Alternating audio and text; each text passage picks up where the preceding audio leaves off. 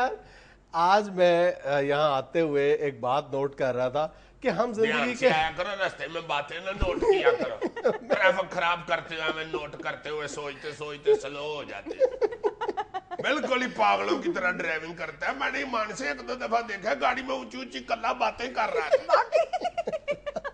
وہ اشارہ آیا, میں نے شیشہ کھڑکایا, میں نے کہا خیر, میں نے سمجھا شاید اس نے وہ کان والی ٹوٹیاں لگائی ہیں. کچھ بھی نہیں, فون پڑا ہوا کلا ہی ہنس رہا ہے, انجوائے کر رہا ہے. اور میں نے کہا تمہیں کس بات کی خوشی ہے؟ سن لو یار, بات تو سن لو. میں یہ نوٹ کر رہا تھا کہ ہم بہت سی چیزوں کو نظر انداز کرتے ہیں.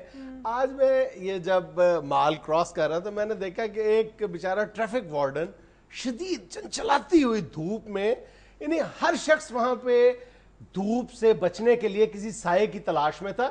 وہ واحد شخص تھا وہاں پہ جو کسی سائے کی تلاش میں, یعنی سایہ تلاش کرنے کا بھی مجاز نہیں تھا, وہ انٹائٹل نہیں تھا کہ وہ اپنی ڈیوٹی چھوڑ سکے.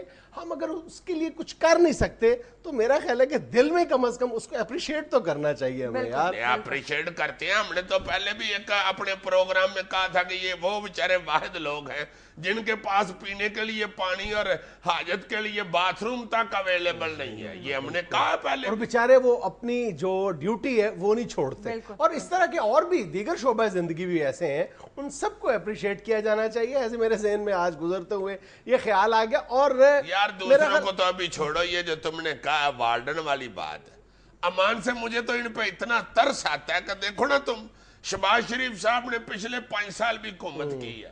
تمہیں پتہ ہے یہ جب سے بھرتی ہوئے ہیں یہ بیچارے آج تک پرموٹ ہی نہیں ہوئے. 7 سال گزر گئے ان کی پروموشن کو. اللہ جانتا, میں حلفن کہتا ہوں, میرے سامنے ایک لڑکا بیچارہ رونا شروع ہو گیا. کہتا ہے یہ تمہیں کیا بتاؤں, میں تو نوکری چھوڑ کے تو سعودی عرب جا رہا ہوں, میری والدہ بیمار ہیں. جب میں بھرتی ہوا تھا کلا تھا, اب میرے 2 بچے ہیں, اسی تنہا میں کیسے گزارا کروں, میں نوکری چھوڑ کے جا رہا ہوں. اور ایم اے کیا ہوا تھا اس بچے. اور ان بیچاروں کا واحد جرم پتہ ہے کیا ہے؟ کیا جی؟ یہ مشرف دور میں بھرتی ہوئے. نہیں یہ تو کوئی جرم نہیں, ابھی کبینہ بنی ہے تو 5-6 بندے انہوں نے پرویز مشرف دور کے وزیر رکھ لیے ہیں, تو یہ بیچارے تو مسکین لوگ ہیں. چلو اب تم یہ بات کر کے ان کی پروموشن مزید. اور یار یہ بات نہیں ہے, وہ اب غصہ نہیں کرتے میاں صاحب, وہ بات کو سمجھتے ہیں. میں یہ کہنا چاہ رہا ہوں کہ یہ بھرتی گورنمنٹ کے ملازم ہوئے ہیں, یہ کو مشرف کے تھوڑا ملازم ہوئے ہیں یا پرویز الہی کے تھوڑا ملازم ہوئے ہیں. انہوں نے اپنے پلے سے ان کو ملازم کیا. 2-4 دن اطمینان سے بھی بات کرو, کیوں اتنا تم جوش خطابت دکھا رہے ہو اپنا. 2-4 دن پہلے ان کے لیے کوئی اس طرح کی میں نے خبر پڑھی تھی کہ ان کے جو سربراہ ہیں لاہور یہ ٹریفک وارڈنز کے, جو کیپٹن سہیل, انہوں نے کچھ کیا ہے ان کے لیے پروموشن کے لیے کچھ. مجھے نہیں ابھی پتا, میں غصے میں بول رہا ہوں, مجھے ساہ چڑھ گیا. ان کی پروموشن کے لیے انہوں نے کچھ کورسز وضع کیے ہیں جو کہتے تھے جی, یہ بیچارے بتاتی ہیں جی کہ ہمارا جو نا پروموشن اس لیے نہیں تھی ہو رہی کہ پروموشن کے لیے جو کورس ہوتا ہے ایک 3 مہینے کا جو ٹریننگ ہوتی ہے, اس کا کورس نہیں تھا بنا ہوا ابھی تک. وہ یہ موجودہ جو ٹریفک کے چیف ہیں انہوں نے بنایا, مہربانی ان کی. مگر یہ جو مسکین لوگ ہیں نا جی ٹریفک وارڈن, یہ جو شہر کے اندر ٹریفک کنٹرول کر رہے ہیں, ہم لوگ بیٹھ کے بڑا بانگے دوہل تعریفیں کرتے ہیں یہ موٹر وے پولیس کی. دیکھو ان کی تنہا ہے بہت یہ آگا, اور وہ بھی نہیں رشوت لیتے. ویری گڈ, ویل ڈن, ہم ان کو بھی اپریشیٹ کرتے ہیں. مگر یہ بیچارے بھی کبھی رشوت نہیں لیتے.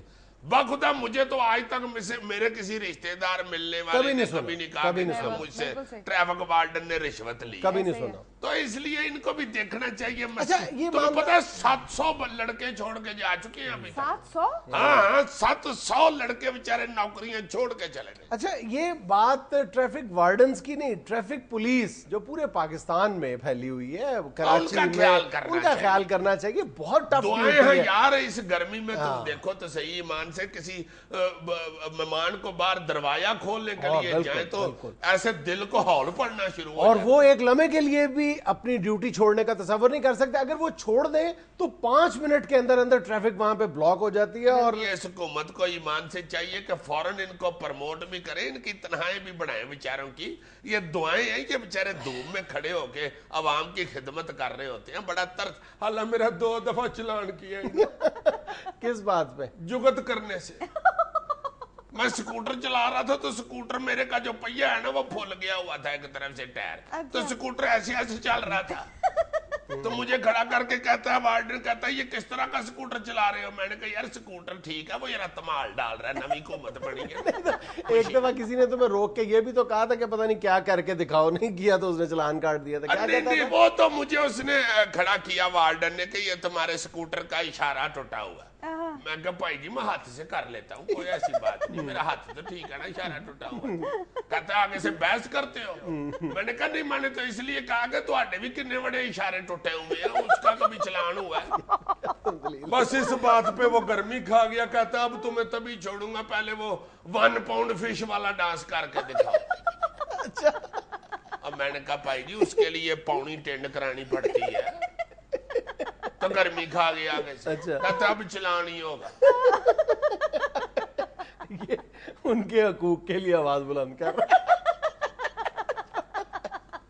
میں یاہ کر رہا ہوں یار، اللہ پاک سب کو ہدایت دے اور اچھے کام کرنے کی توفیق دے انشاءاللہ۔ اب ان کی میرا خیال ہے سنی جانے والی ہے، یہ میں نے یاد دہانی کے لیے یہ باتیں کر دی۔ ناظرین یہاں میں لینا ایک چھوٹا سا وقفہ، ہمارے ساتھ رہیے گا۔